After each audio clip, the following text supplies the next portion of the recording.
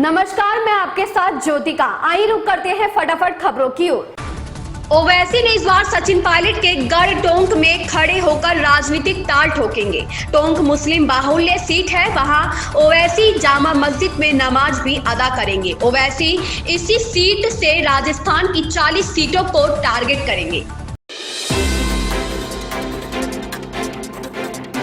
तुर्की में सोमवार को आए 7.8 तीव्रता के भूकंप ने तुर्की की जमीन को 10 फीट यानी करीब 3 मीटर खिसका दिया है। यह दावा इटली के भूकंप विज्ञानी डॉक्टर कार्लो डोग्लियानी ने किया है। इससे पहले 2011 में जापान और 2022 में भारत के भी खिसकने की रिपोर्ट सामने आई थी।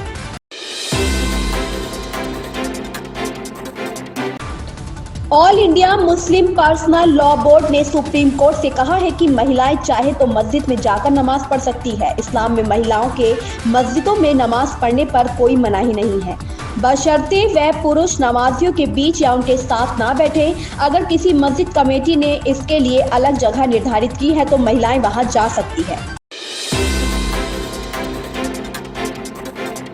ट्विटर ने अपनी ब्लू सर्विस गुरुवार को भारत में लॉन्च कर दी है। एंड्रॉयड और iOS वाले मोबाइल यूजर्स को ब्लू सब्सक्रिप्शन के लिए 900 रुपये प्रति महीना चुकाना होंगे। वेब यूजर्स को ब्लू सब्सक्रिप्शन 650 रुपये में मिलेगा। अगर वेब यूजर सालाना सब्सक्रिप्शन लेता है तो उसे डिस्काउंट मिलेगा। 7,800 की जगह 6,800 रुपये चुकाने होंगे। Annual subscription plan mobile users के लिए नहीं है।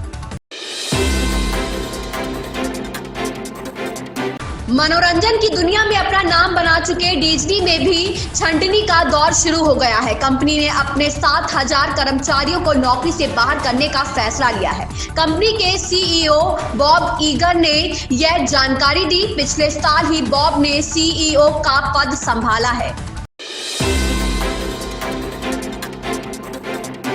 दिल्ली उच्च न्यायालय ने गुरुवार को एनएसई कर्मचारियों के कथित अवैध फोन टैपिंग से संबंधित मनी लॉन्ड्रिंग मामले में नेशनल स्टॉक एक्सचेंज की पूर्व सीईओ चित्रा रामकृष्ण को जमानत दे दी। दिल्ली की एक अदालत ने फोन टैपिंग मामले में उन्हें पहले ही जमानत दे दी थी।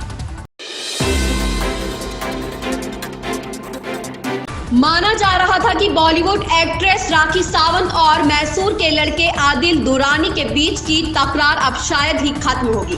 पति पत्नी के बीच का यह विवाद यह थाने की सीढ़ियां चढ़ गया और अब कोर्ट ने आदिल को 14 दिन की न्यायिक हिरासत में भेज दिया है। शादी के 8 महीने बाद राखी सावंत ने अपने पति आदिल दुरानी पर गंभीर आरोप लगाए हैं।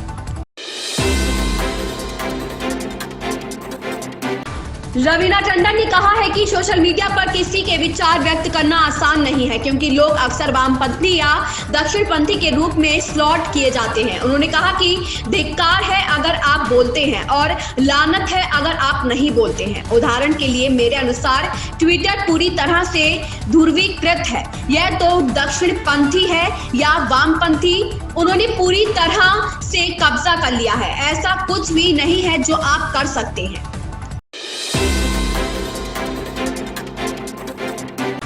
भारतीय अंतरिक्ष अनुसंधान संगठन ने नौसेना के साथ अपने गगनयान मिशन के तहत वाटर सर्वाइवल टेस्ट फैसिलिटी में क्रू मॉड्यूल रिकवरी मॉडल के शुरुआती परीक्षण को पूरा कर लिया है। अंतरिक्ष एजेंसी की ओर से कहा गया है कि यह परीक्षण गगनयान मिशन के लिए क्रू मॉड्यूल रिकवरी ऑपरेशंस की तैयारी का हिस्सा थी, जो कि भारतीय जल में किया जाएगा।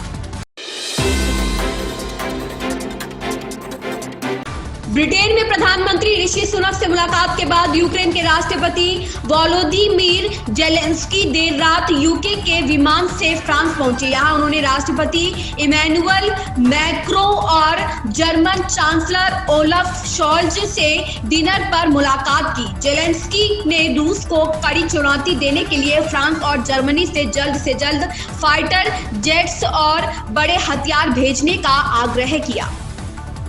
ऐसी ही खबरों से जुड़े रहने के लिए बने रहिए हमारे साथ।